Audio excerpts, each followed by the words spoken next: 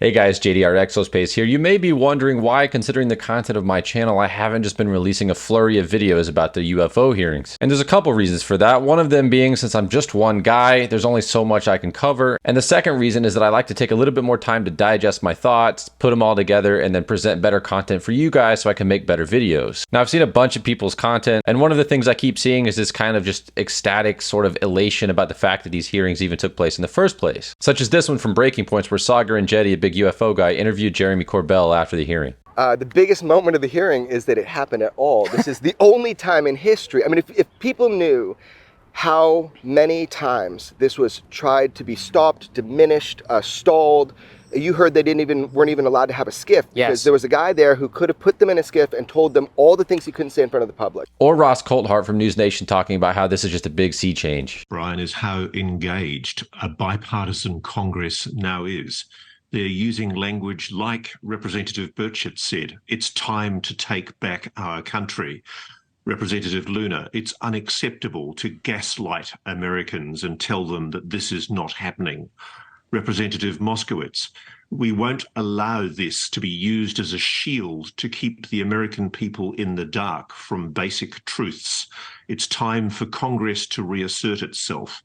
If there's nothing to conceal, let Congress go and look at the Wright-Patterson Air Force Base, the Dugway Proving Ground, and all the other Blackwell areas where they're allegedly concealing this material. Those are very strong statements from the political representatives. And I don't know, maybe it's just the natural cynic in me. I didn't have quite as emotional a response as that. There were definitely what I would consider some new revelations, especially from David Grush, particularly with the idea that he's received death threats, he's disclosed alien bodies, he says that alien biologics were recovered in his words, and he says that he knows the exact locations of where these craft are stored. Now, by any standard of measurement, these are big revelations because these were all done under oath before a congressional hearing. But the natural cynic in me comes out when I start thinking about what happens now. What happens next after all of these whistleblowers have come forward and they've given their testimony? What does Congress do with it? What do we do with it? And one of the things I really wanted to talk about in this video is the response that the federal government is going to have moving forward. And even as you saw in the hearing, they were getting pushback from the Defense Department, the intelligence agencies,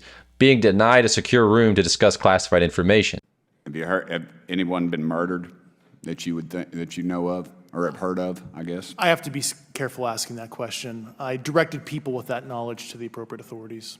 Maybe in a, if we could get in a confidential area, a skiff, we could talk about that. But unfortunately, we were denied access to the skiff, and that's very unfortunate in this scenario. Now, there is obviously a very strong pushback from the Defense Department and the intelligence community to release any of this information. And I think it's commendable that these brave whistleblowers have come forward, particularly David Grush, because he claims to have this information. I don't know exactly what the information is, but he claims to have information that he's going to release in a classified setting. And that in and of itself is a story we could talk about all week. But I want to take a little bit of a different tack here and talk about what this means in the broader picture and what humanity is going to do with this information moving forward. You know, I saw the movie Oppenheimer last night, and while it's not really related to any of this content, there were some themes in that movie that I thought were really relevant to what happened, considering I had just seen the UFO hearing. Not to give away any spoilers in case you want to see the movie and haven't, but Oppenheimer basically details the creation of the Manhattan Project and the race to manufacture a nuclear bomb before the Germans got to it. And one of the themes throughout the movie was not only the secrecy of the Manhattan Project and trying to maintain that tight control of information so it's not weaponized by other countries, but this idea of Oppenheimer as kind of a Prometheus figure. You are the man who gave them the power to destroy themselves.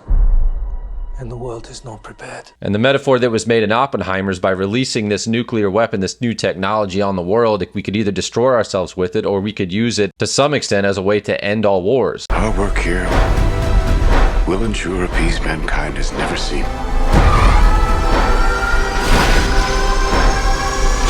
Until somebody builds a bigger one. But to tie it back to this story with the UFO hearings, I think it's very relevant. The military-industrial complex does not want to release this information to the public. They want to keep it under very tight control. Is it simply because of the pursuit of power and control that they're interested in? Or are there really things that these agencies just do not think that the public are ready for and they don't think mankind can handle it? I don't know that if we as a species obtain this knowledge, this technology, the ability to travel extra-dimensionally, who knows what this craft is. I don't know if humanity can be trusted with that knowledge, but what I do know for certain is that black ops, covert programs funded by illegal money taken from taxpayer dollars and concentrated in the hands of these quasi-military private contractors, they're not the people to safeguard it. I watched an interview with RFK Jr. recently where he was talking about how his uncle, JFK, had averted a nuclear crisis at the Bay of Pigs despite everyone in the military-industrial complex around him trying to push him into nuclear war. And if you look at these examples throughout history, it's always these handful of brave individuals that have enough faith in the democratic process and in the humanity of individuals to avert disaster. And no, I don't have a whole lot of faith in institutions broadly. I don't have a lot of faith in the federal government with these massive billion-dollar corporations and money machines and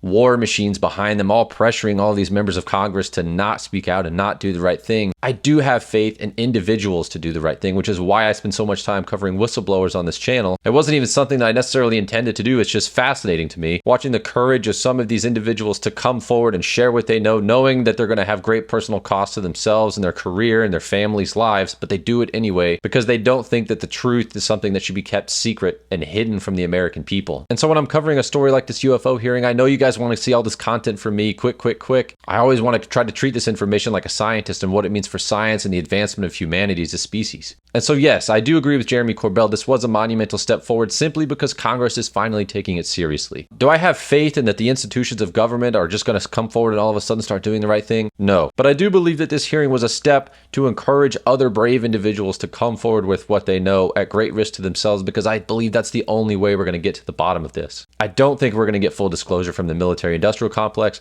or from Congress, even though there's a handful of people in Congress that want to get to the truth. It's crazy to me that the Defense Department can just tell these members of Congress they don't have the ability to oversee what they're doing, even though Congress is the one writing the check to fund their programs. So I try not to do sensational coverage on this channel, and I try to just tell you guys what I think is going to happen, and that's what I think is going to happen. I think these UFO hearings were a huge story, and then there's going to be a lot of quiet from here on out because it's going to take years of dedication of pushing through these blockades of defense departments and military-industrial contractors to try to get to the truth. And that's going to be a long process, as government always is. It's slow and arduous. It's like the engines run out on the Titanic and you have to try to right the ship by paddling yourself. So stay patient. We're not going to get any new releases tomorrow or next week or anything like that, but stay patient because the truth is out there. And I really do believe that there are enough courageous individuals out there that are going to come forward and have enough faith in humanity, whether it's aliens or extra dimensional beings or just Raytheon with new technology that they're trying to keep hidden for profit. Whatever the truth is, we all deserve to know. But I'm going to continue to cover these stories as they develop and always try to keep an objective science-based focus. And I hope that you all stay patient with me. But that's all I have for this video. And if you haven't hit the subscribe button yet, please do so. I'm this close to being monetized, so I can actually start getting paid to make these videos and bring better content to you. And as always, I really appreciate your support, and I'll catch you on the next one.